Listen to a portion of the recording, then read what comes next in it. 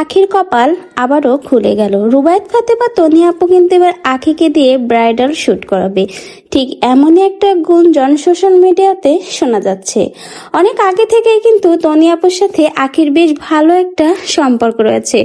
সবসময় দেখা যায় তনি আপুকে সাপোর্ট করে আখি, আর ঠিক আখিকেও কিন্তু রীতিমতো সবসময় সাপোর্ট করে এসেছে তনি আপু।